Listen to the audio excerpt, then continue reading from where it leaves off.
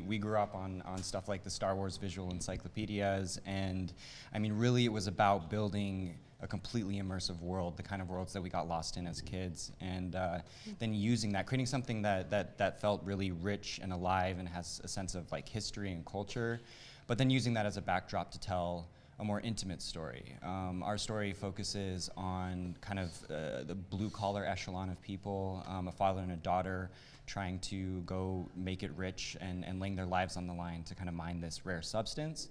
And it's not about, you know, saving the world, it's just about the experiences of this one teenage girl. You know, my brother and I do jump genres every once in a while, but we normally do it within a very like very human context. And what was really different and interesting about these guys is they clearly are masters of building a fully immersive world, and you know, that world comes into play very greatly. You know, in terms, I mean, there are human relationships, but you know, throughout the process, we were, you know, working in a pod. We were in a rainforest. We were in these full-on costumes where our breath was like fogging up the mask. I mean, it was like, we didn't really have to pretend that much. We were like truly living and acting in another world. These guys, like normally if the pod, there's a pod where Sophie and I, we're father and daughter, and we drop down from a sort of an orbit onto a moon, and they built the whole pod. Most filmmakers would build a half a pod and you would like shoot into it skillfully or whatever. They built a pod and we were living in this pod for several days shooting this one scene. So it was incredibly immersive, and I mean, I enjoy that because I don't know, after the first day we were like sweaty in this pod the whole time, and it was just like intense.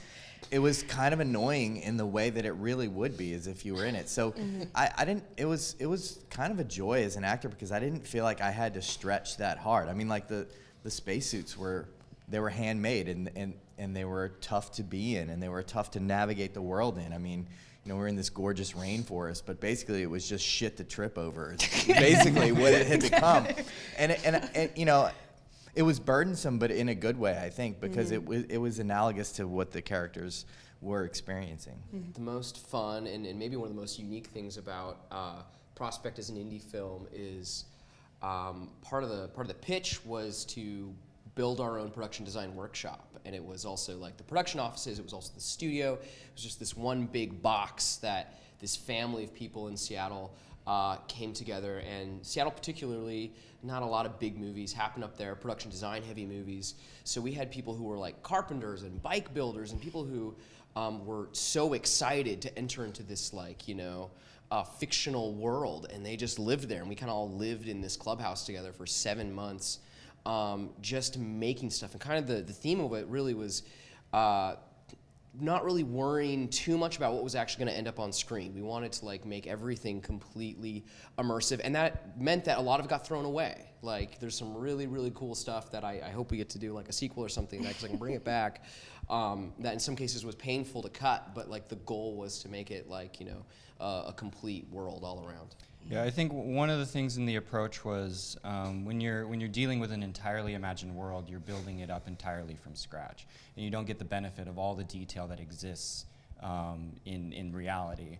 And so our approach was just to try to get as close as we could to the level of density of detail that you experience in the real world. So this meant things like graphic design was a huge task, because we wanted every object to have, you know, a logo because it was made by a manufacturer and purchased by somebody, and really push back on the feeling that, you know, this was all purpose built for this movie, and that we're just, you know, it's a backdrop and it's real and we're just observing it.